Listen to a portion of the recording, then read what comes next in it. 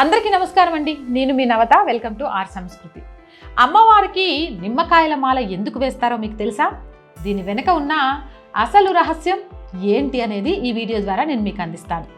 నిమ్మకాయల మాల ప్రాముఖ్యత ఏంటి, ఎందుకు వేయాలి, ఇంట్లో అమ్మవారికి నిమ్మకాయల మాల వేస్తున్నారా, అలాంటప్పుడు ఎలాంటి జాగ్రత్తలు తీసుకోవాలో కూడా చెప్తాను. అమ్మవారి స్వరూపాలైన దుర్గమ్మ, భద్రకాళి మరియు గ్రామ దేవతలకు నిమ్మకాయల మాల అంటే ఎంతో ఇష్టం. నిమ్మకాయ శక్తికి సంకేతం. మనలో ఉన్న దిష్టి, ప్రతికూల శక్తి మరియు దుష్ట ప్రభావాలను పీల్చుకునే శక్తి నిమ్మకాయకు ఉంటుంది. అందుకే అమ్మవారిని శాంతింపచేయడానికి, మనల్ని రక్షించుకోవడానికి ఈ మాల వేస్తారు. మరి మాల వేసేటప్పుడు ఎన్ని నిమ్మకాయలు వేయాలి? ఇది కూడా చాలా మందికి ఉండే సందేహం. సాధారణంగా మీ ముక్కును బట్టి లేదా సమస్య తీవ్రతను బట్టి 11, 21, 51 లేదా 108 నిమ్మకాయలతో మాల కట్టి సమర్పిస్తారు. 108 నిమ్మకాయల మాల అత్యంత శక్తివంతమైనదిగా పరిగణించబడుతుంది. మరి ఏ రోజు మాల వేయాలి? శుక్రవారం రోజు. సౌభాగ్యం కోసం, లక్ష్మీ కటాక్షం కోసం అయితే శుక్రవారం.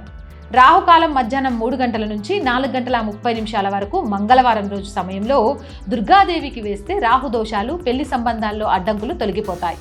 ఇక ఆదివారం రోజు నిమ్మకాయల మాల వేయడం వల్ల తీవ్రమైన దిష్టి దోషాలు, శత్రు బాధలు నివారణకు గురవుతాయి. అసలు దీని వెనక కథ ఏంటి, ఎందుకు వేయాలి, కారణం ఏంటి అనుకుంటున్నారా? చెప్తా చూడండి. పురాణాల ప్రకారం అమ్మవారు రాక్షస సంహారం చేసినప్పుడు కలిగిన ఉగ్రతను శాంతింపజేయడానికి భక్తులు చలువ చేసే నిమ్మకాయల్ని మాలగా వేశారు. నిమ్మకాయలలోని పులుపు అహంకారాన్ని హరిస్తుంది. అమ్మవారికి ఈ మాల వేయడం వల్ల ఆమె శాంతించి కోరిన వరాలు ఇస్తుందని భక్తుల నమ్మకం. మరి పూజా విధానం ఏంటి, ఎన్ని రోజులు ఉంచాలి అనుకుంటున్నారా? మచ్చలు లేని పండని స్వచ్ఛమైన నిమ్మకాయల్ని తీసుకోవాలి. అంటే పచ్చగా లేదా పసుపుగా ఉన్న నిమ్మకాయల్ని తీసుకోవాలి.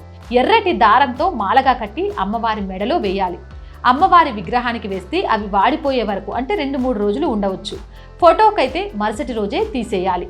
ఇక తీసేసిన నిమ్మకాయలని ఎవరి పాదాలకు తగలకుండా చూడాలి. వాటిని ప్రవహించే నీటిలో కలపాలి లేదా ఎవరు తొక్కని చోట ఏదైనా చెట్టు మొదట్లో వేయాలి. దేవుడి మెడలో వేసిన నిమ్మకాయలను వంటింట్లో వాడకూడదు, తినకూడదు. ఎందుకంటే అవి మీలోని నెగిటివ్ ఎనర్జీని గ్రహించి ఉంటాయి కాబట్టి. అమ్మవారి మెడలో వేసిన మాలలోని కాయలను బండికి కట్టకూడదు. కొత్తగా కోసిన నిమ్మకాయలను విడిగా బండికి కట్టుకోవచ్చు.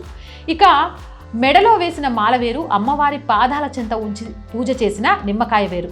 అమ్మవారి పాదాల దగ్గర ఉంచి మంత్రోచ్చరణతో పూజించిన నిమ్మకాయలతో సకల శక్తి ఉంటుంది. పూజారి గారు ఆ కాయను మీకు ఇస్తే అది అమ్మవారి ఆశీర్వాదంగా భావించాలి. నిద్రలేమి, భయం కలిగినప్పుడు, రాత్రిపూట పీడకలలు వచ్చేవారికి, అనవసరమైన భయాలు ఉన్నవారికి ప్రసాదంగా వచ్చిన నిమ్మకాయను తలగడ కింద పెట్టుకొని నిద్రపోవాలి. ఇది ఒక రక్షణ కవచంలా పనిచేసి మీ చుట్టూ ఉన్న నెగిటివ్ ఎనర్జీని దరిచేయనివ్వదు. అలాగే నిమ్మకాయలను అంటే అమ్మవారి కాళ్ళ దగ్గర పెట్టి ఇచ్చిన నిమ్మకాయల్ని తాగొచ్చా అనేది కూడా చాలా మందిలో ఉండే సందేహం. తాగొచ్చు. గుడిలో ప్రసాదంగా ఇచ్చిన నిమ్మకాయను నీళ్ళల్లో కలుపుకొని తాగడం వల్ల శరీర శుద్ధి జరుగుతుంది. అమ్మవారి శక్తి ఆ కాయలో ఉంటుంది కాబట్టి అది మన శరీరంలోకి వెళ్తే అనారోగ్య సమస్యలు తొలగిపోయి మనస్సు ప్రశాంతంగా మారుతుందని నమ్మకం. ఇక్కడ మనం గుర్తుపెట్టుకోవాల్సిన ముఖ్య గమనిక ఏంటంటే మాలలోని కాయలను తాగకూడదు. కేవలం ప్రసాదంగా ఇచ్చిన ఒక కాయను మాత్రమే తాగాలి. ఏదైనా ముఖ్యమైన పని మీద లేదా ప్రయాణాలకు వెళ్ళేటప్పుడు ప్రసాదం నిమ్మకాయను జోబులోనో లేదా బ్యాగ్లోనో ఉంచుకుంటే దిష్టి తగలకుండా ఉంటుంది. ఎదుటివారి కళ్ళు మన మీద పడకుండా మనం వెళ్ళే పని విజయవంతం అవ్వడానికి ఇది ఒక రక్షణలా పనిచేస్తుంది. అయితే ఇంట్లో అమ్మవారికి నిమ్మకాయల మాల వేసేటప్పుడు కొన్ని ముఖ్యమైన నియమాలు పాటించాలి. గుడిలో వేయడానికి, ఇంట్లో వేయడానికి చిన్న తేడా ఉంటుంది. మచ్చలు లేని, కుళ్ళిపోని తాజా నిమ్మకాయల్ని మాత్రమే వాడాలి. ఇంట్లో వేసేటప్పుడు సాధారణంగా 11 లేదా 21 కాయలతో వేయడం మంచిది. అదే గుడిలో అయితే 108తో వేస్తే చాలా మంచిది. ఎర్రటి దారంతో మాల కట్టాలి. సూదితో కాయలను గుచ్చవచ్చు, కానీ ఆ సూది కొత్తదై ఉండాలి లేదా అమ్మవారికి సంబంధించినవి స్పేర్గా వాడాలి. శుక్రవారం ఉదయం లేదా మంగళవారం రాహుకాలంలో వేయడం అత్యంత శుభప్రదం. ఇక ఇంట్లో ఎన్ని రోజులు ఉంచాలి, ఎప్పుడు తీసేయాలి, ఇది చాలా ముఖ్యమైనది. ఇంట్లో నిమ్మకాయల మాల 1 రోజు లేదా గరిష్టంగా 2 రోజులు మాత్రమే ఉంచాలి.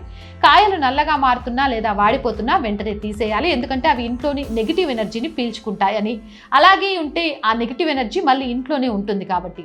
ఇంట్లో అమ్మవారికి వేసిన మాలలోని కాయలను అస్సలు వంటింట్లో వాడకూడదు, తినకూడదు. ప్రసాదంగా తెచ్చుకున్న నిమ్మకాయ ఎండిపోయినా లేదా కుళ్ళిపోయినా వెంటనే దానిని నీటిలో కలిపేయాలి లేదా చెట్టు కింద వేయాలి.